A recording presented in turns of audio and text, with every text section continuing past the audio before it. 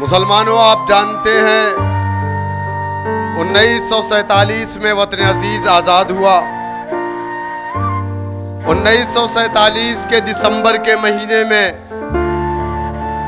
लखनऊ के रिफाए आम क्लब में एक कन्वेंशन बुलाया गया, जिसकी सदारत मौलाना अबुल कलाम आज़ाद अलैहिर्रहमा ने की थी। हिंदुस्तान के तमाम दानिश्वर मुसलमानों को लखनऊ के रिफाए आम में इकट्ठा किया गया और कहा गया कि ऐ मुसलमानों, वतन अजीज आज़ाद हो गया है। इस मुल्क के अंदर दो सियासी पार्टियां हैं। एक पार्टी का नाम मुस्लिम लीग है और दूसरी का नाम कांग्रेस पार्टी है। हमारे बड़ों ने कहा कि ऐ मुसलमानों, मुस्लिम लीग एक फिरका परस्त जमात है। मुस्लिम लीग हमारी पार्टी नहीं है। मुस्लिम लीग के कायदीन हमारे कायद नहीं है। हमने लब्बैक कहा कांग्रेस पार्टी हमारी पार्टी है। नेहरू हमारे लीडर हैं, इंदिरा हमारी कायद है। हम मुसलमानों ने लब्बैक कहा।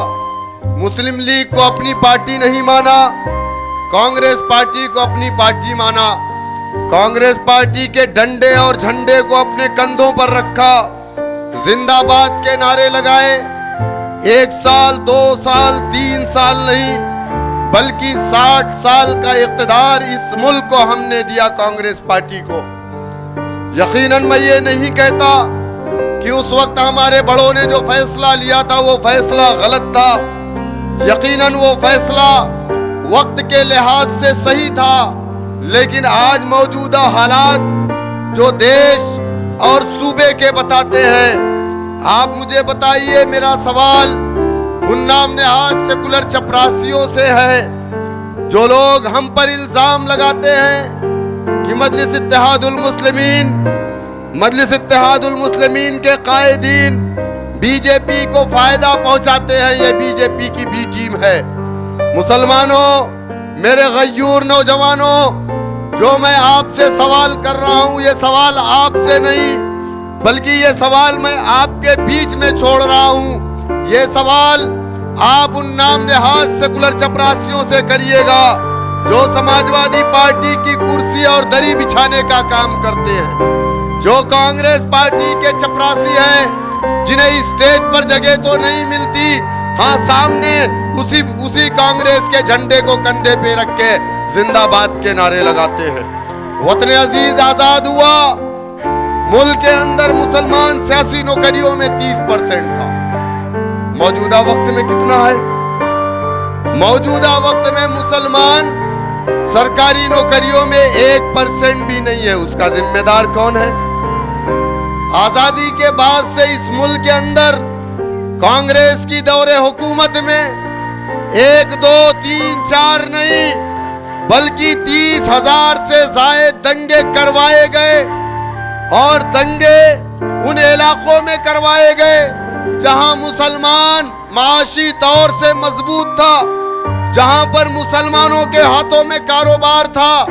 वो इलाका चाहे फिरोजाबाद का, जहां पर चूड़ियों का कारोबार आपके हाथ में था, कारखाने आपके हुआ करते थे।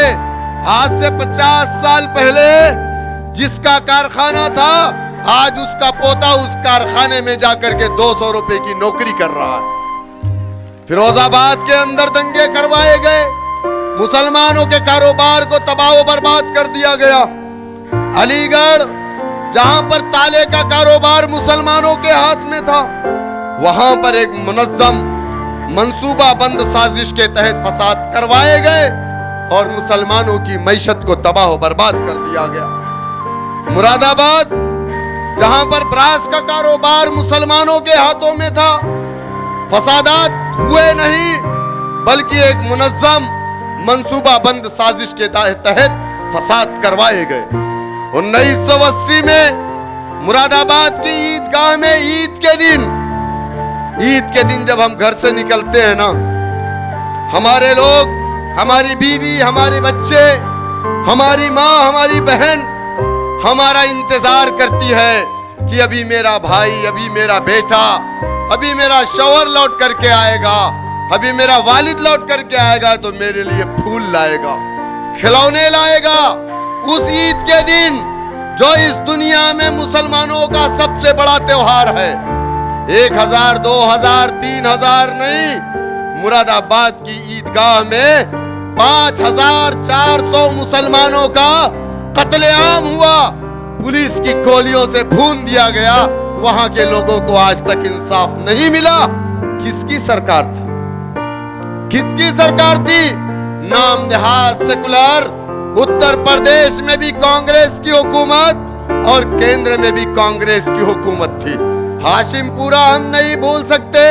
रात को 12 बजे रमजान के महीने में 1984 में जब बाबरी मस्जिद का ताला खोला गया था, पूरे हिंदुस्तान में छुटफुट फसादात हुए, हाशिमपुरा में भी हुए। पीएससी की वैन ला करके रात को पी चिदंबरम उत्तर प्रदेश के मुख्यमंत्री थे कांग्रेस पार्टी के। रात को 12 बजे मुस्लिम नौजवानों को घरों से निकाला गया। 35 साल की उम्र से ज्यादा जो लोग थे उनको वापस भेज दिया गया। बाकी लोगों को पीएससी की वैन में डाला गया, गाजियाबाद की गंग नहर पे ले जाकर के गोलियों से भून दिया गया। जो हमें बीजेपी की बी टीम कहते हैं, उनकी हुकूमत थी। आज तक मुसलमानों को इंसाफ नहीं मिला। बाबरी मस्जिद का ताला किसके दौरे इख्तिदार में खोला गया? किसकी हुकूमत थी? बोलो। 74 साल से तुम्हारी खामोशी तुम्हारी कमजोरी बन गई है और तुम्हारी हिकमत अमली तुम्हारा ये सब सबूत देती है कि ये हिकमत अमली नहीं बल्कि तुम एक डरी हुई कौम हो। जबकि मुसलमान एक अल्लाह सुब्हानहू तआला से डरने वाली कौम है। दुनिया की किसी ताकत के सामने ना झुकती है ना डरती है। लेकिन आप खामोश है, बोलोगे नहीं। हम बोलेंगे तो टेलीविजन पे चलेगा, मीडिया के लोग चलाएंगे। न्यूज़ 18 पर रिजवान नामी एक काजियानी हमारे पवन राव अंबेडकर को कहता है तुम लोगों को जूता मारूंगा। न्यूज़ 18 के लोग उसका समर्थन करते हैं।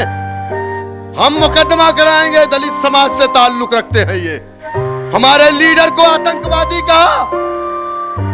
इन जैसे कुत्तों को बैठा करके टीवी के लोग, टेलीविजन के लोगों सुन लो, गोदी मीडिया के लोगों, मेरा लीडर हिंदुस्तान का सबसे काबिल तरीन लीडर है।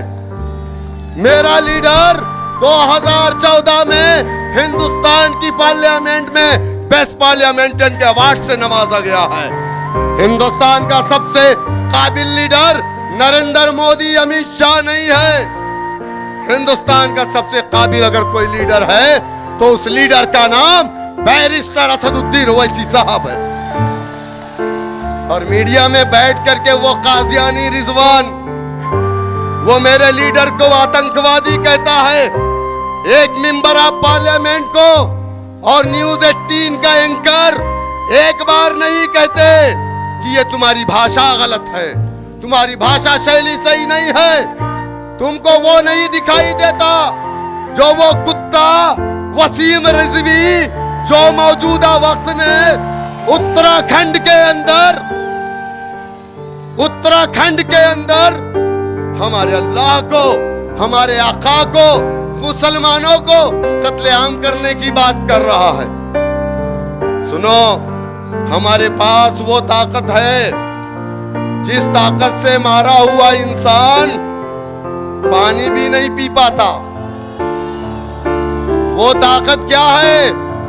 वो ताकत हमारी तलवार नहीं है, वो ताकत हमारी बंदूक नहीं है, वो ताकत बाबा साहेब भीमराव अंबेडकर का दिया हुआ संविधान है।